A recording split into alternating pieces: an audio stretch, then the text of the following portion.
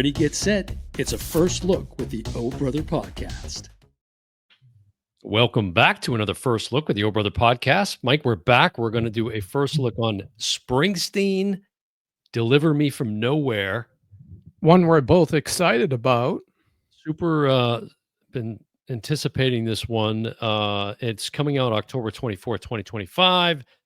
I've been waiting a couple of days to see this, so we're going to dive right in and check out the trailer, which is a fairly lengthy. We kind of talked about it. It's like a full length, official trailer as opposed to a 2.5. 2.5, yeah. That's long. Usually like they sent out like a teaser. I think you sent me that was really brief. Right, that cassette tape. Wasn't that a teaser that the trailer's coming? You're thinking about his albums. You're thinking about his albums. Oh, I thought it's a trailer coming tomorrow. Nothing to do with it. All right. Here we go. It's a 305 V8. Never owned a new car before. It's awfully fitting for a handsome devil rock star. I don't know who you are. Well, that makes one of us.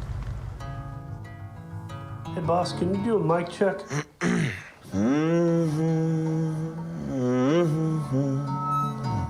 How's that sound? Looks about right. Don't need to be perfect. I want it to feel like I'm in the room by myself. Yeah. Let's try one. Here's what I want you to understand. This is not about either one of us. This is not about the charts. This is about Bruce Springsteen. And these are the songs that he wants to work on right now. I saw her standing on her front lawn, just a twirling her baton. I'm gonna tell you a little story. When Bruce was little, he had a hole in the floor of his bedroom. Me and her for the floor that's supposed to be solid, that you're supposed to be able to stand on. Bruce, he didn't have that.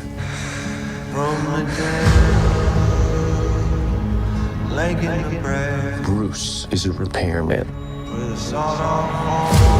And what he's doing with this album is he's repairing that hole in his floor. He's repairing that hole in himself.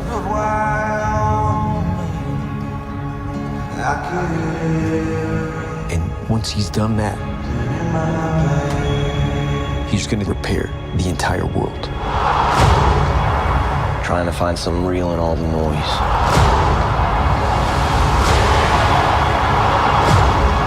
You always do.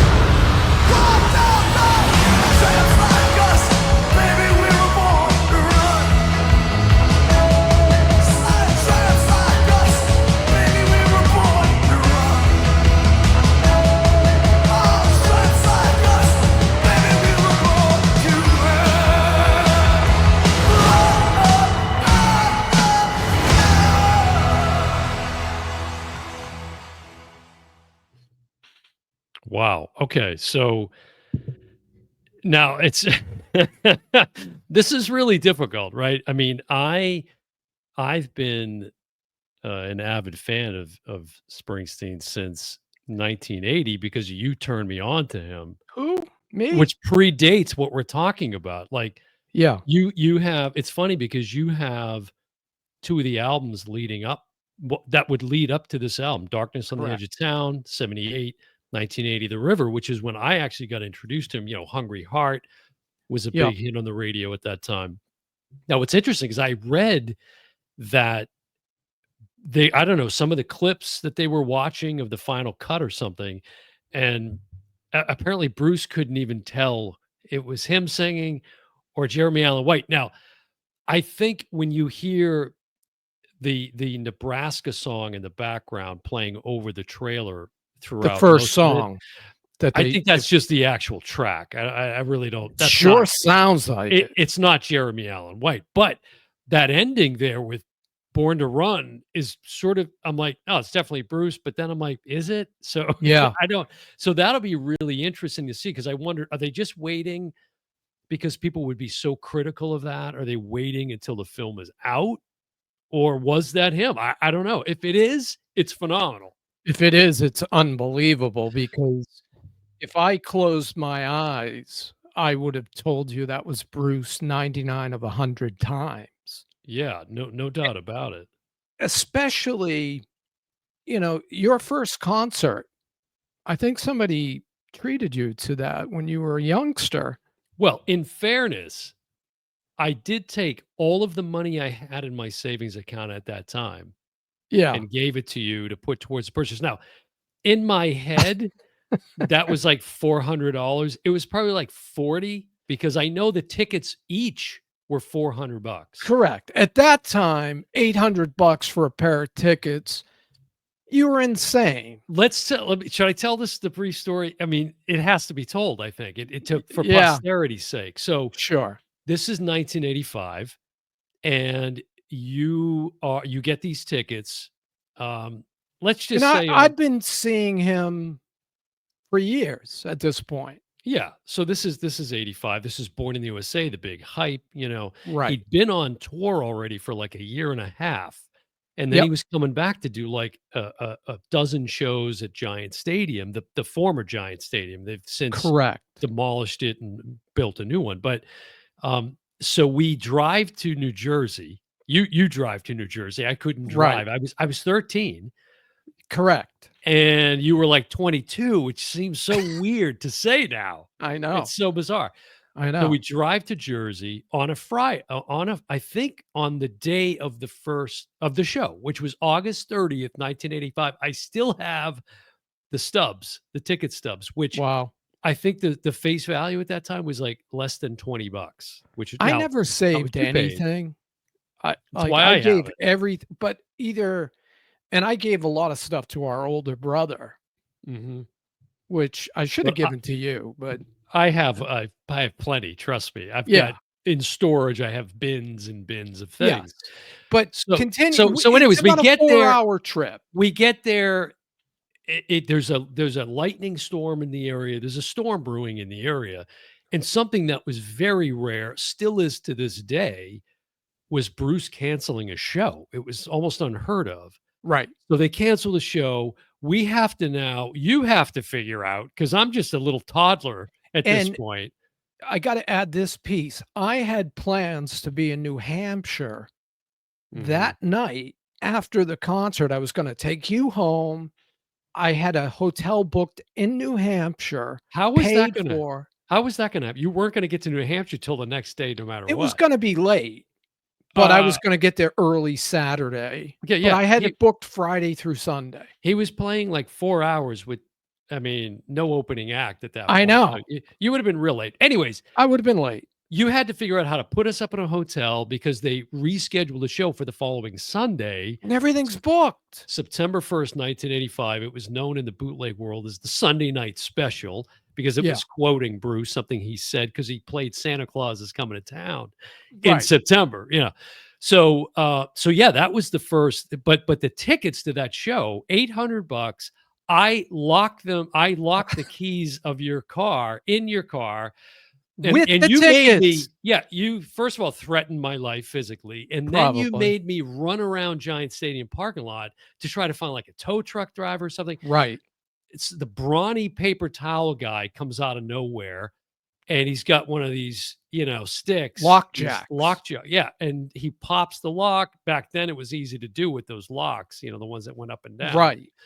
And thank And God I 'cause was he so saved my life. broke at that point. I Yeah. couldn't even give him anything. Well, part of the reason is because we stayed the weekend, we went and you bought scalp tickets for the Saturday night show.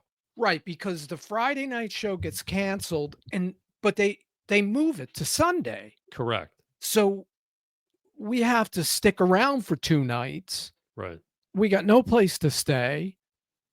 I don't know. I guess I had an ATM card at the time. I don't think I even had a credit card. Yeah. But what you might not know is just before you got the guy with the lockjack, I had a brick in my hand, this was a brand new S10 Blazer Mhm. that wasn't even a couple years old. and I was about to put a brick through the window to get the tickets. Mm. I didn't even give a shit about the keys. I think you were thinking of putting the brick through my head, but that's a Well, whole nother that thing. was gonna happen. It ended up being a positive ending. So, Right. but that was it. August. So really, technically, it's August 31st, 1985 was my first show, and then we had that makeup show on Sunday. So here, real quick. So Jeremy Allen White obviously is portraying Mhm. Bruce here in the title role. Now, the only thing I really know him from is the Bear, And I know which him from nothing. you know him from nothing. I've Okay. never seen him in No, that's not anything. true. Didn't you see Iron Claw? Never saw it. Okay, well, he was in Iron Claw as one of the Yeah. Von Erichs. I know Yeah, what he's been in, but I've right. never seen it. Yeah, here's a clip of him from The Bear, which I've seen like the first season of The Bear. I liked it, but it started to grate on me as I got into the second season. The way that they speak is just it's really frustrating. I honestly thought when I heard the show, I thought it was about a literal bear. I didn't know it was about like No, a diner. that was Cocaine Bear you're thinking of. But you can see here a younger photo of Bruce Yeah. beside Jeremy Allen White. I mean, that's a pretty good likeness. Now, you were talking about we don't want a Ray, meaning right. Jamie Foxx played Ray, won the Academy Award for it. We've been critical of that for years and years. It was a great impression, Yeah, as but it was an opposed to impression. Joaquin Phoenix, you like to point out as Johnny Cash and Walk the Line. So Right. seeing this first look trailer, what's your feeling? Is he capturing the essence, or do you feel that he's mimicking or doing an impression of Bruce? I thought it was the essence than the latter. The brief clips, because the stuff with the dad, the stuff in the field, that does nothing for me right now. Well, when I see it in context, Mhm. but seeing him on stage, seeing him the way he held the guitar up to the Yeah, crowd, right. that's what I'm looking for. I'm looking for him to catch, and I don't care if he lip syncs or not. I hope he does the singing, and Yeah, if that was him, then I'm already sold. I agree. But, um, I think it's kind of a wait and see for me. I'm not ready to say, "Oh, this is gonna be fantastic." Well, for me, it's just weird to see it. This is something I never would have thought I would have seen, just because of how Bruce has been over the years, and now certainly as he's aged, he's been much more flexible and open to these kinds of things. Putting out books and just the things he's got involved in. And He's if not you as remember back in the day when I was a huge fan, and he didn't do interviews. You didn't see him on any TV shows. You never got anything. It's not And true that he didn't do interviews. He wasn't on TV, but that wasn't even really a big thing back then. But he was doing radio all the time. He was yeah, always but on radio. it was rare. It I wasn't rare. mean, it This was.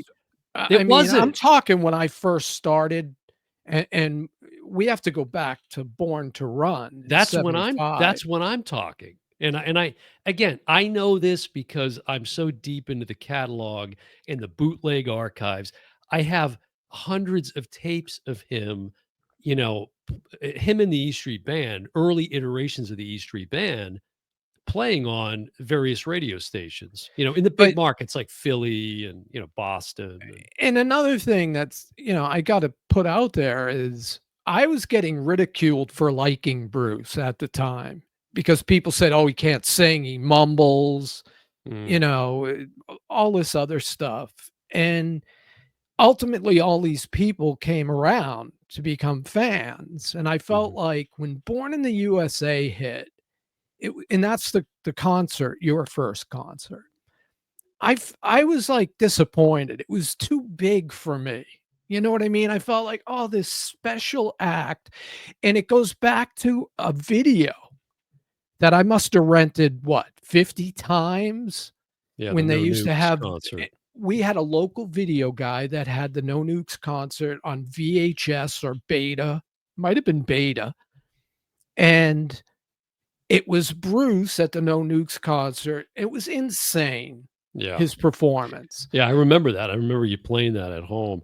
And Let I me think that's what hooked you. yeah, so this is directed and written by Scott Cooper, who's done, like, the Black Mass, Black Mass with, Johnny Depp. Right. You might remember. True story. And you saw in the trailer, he directed Crazy Heart with Jeff Bridges as well, Right, who which won won an an Oscar. Academy Award, yeah, and then he did a horror film called Antlers not that long ago. Jeremy Allen White, who we've been talking about, Mark Maron plays, his engineer basically for many years at that time, Chuck Plotkin.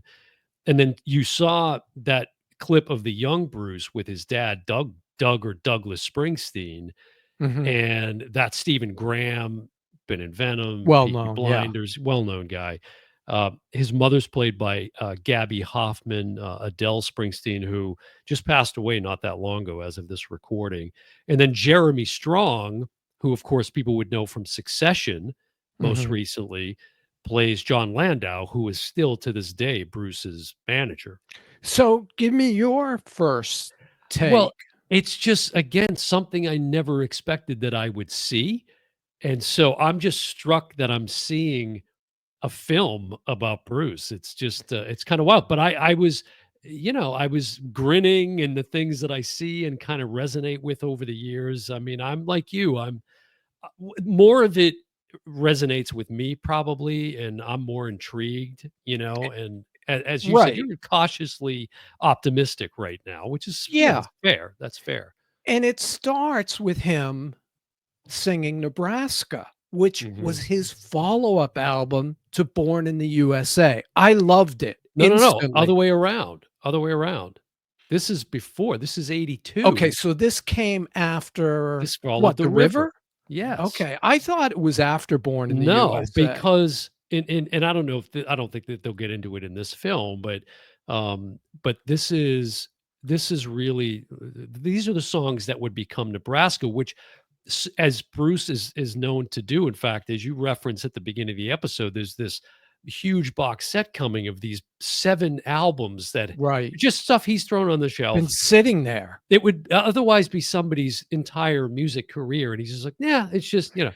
I So know. I'm confusing Nebraska, which I did love, and it was like a passion project for him, but what was the follow-up album to Born in the USA? that was The Tunnel of Love, Tunnel of Love. right? Okay, there he was on top of the world, selling out stadiums, Mhm. and he comes out with Tunnel of Love, which I think was a really personal, Oh, it was, album for him.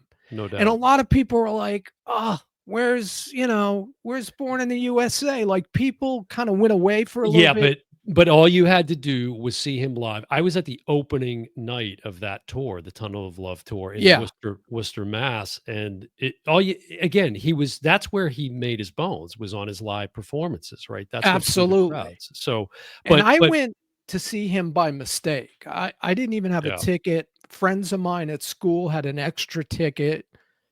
I didn't really know him that well. I didn't know his music that well.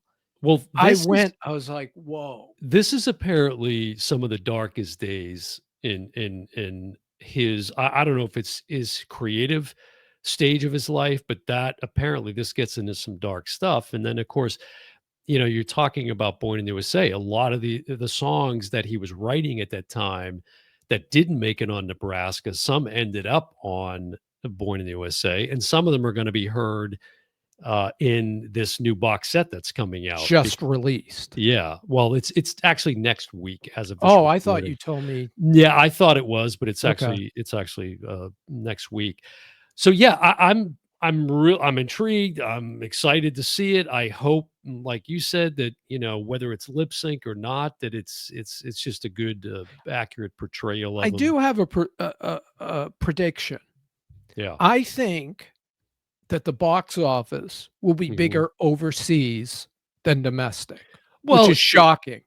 it's not though, because he is a bigger draw overseas in Yeah, terms of his live performances and probably the record sales as well. Yeah, and he's one of my regrets is never having gone to, like, Ireland or where the crowds just go on for days. still time. It's still not Yeah. too late. Here's a quick shot of them, him and Jeremy Allen White, Bruce and Jeremy Allen White, on the set of the film, and which was filmed in and around, different parts of New Jersey. So that's just really kind of wild He does to have see. kind of the same Yeah, persona, I mean, he it's does. really gonna be interesting. Like I said, I can't Yeah, this trailer doesn't give me enough performance, yeah, but the little glimpses I saw, yeah, and also, like, we know every member of the band, yeah. or did know, a couple have passed on, most Mhm. famously Clarence. Who's portraying them and how much are they gonna be in it? Well, there is like Steve Van Zandt. He's portrayed in the film. Clarence is going to be in the film. So yeah, Right. you're gonna see a lot of that. So that, I'll be Yeah, looking at that too, yeah. because Well, the E Street Band is pretty infamous. yeah, and of course, this is leading up to a record that did not feature the E Street Band. So yeah, Right. it was a departure at that time. Springsteen, Deliver Me from Nowhere, coming October 24th, 2025. So super excited to see this one. I hope it pays off. Any final thoughts on this one, Mike? No, but, when it comes out, come back, we'll be doing a full review, Absolutely. no Oh, for doubt. sure. Absolutely. Opening All right. weekend. It's going to do it for another First Look with the Old Brother podcast. I'm your host, Dan Smith. Alongside me, as always, my brother from the same mother, Mike Smith, and we will see you next time. Bye, everyone. I actually have some Jameson here in my Stone Pony shot glass, so I thought that was fitting. All right, I bye, thought you folks. already took it.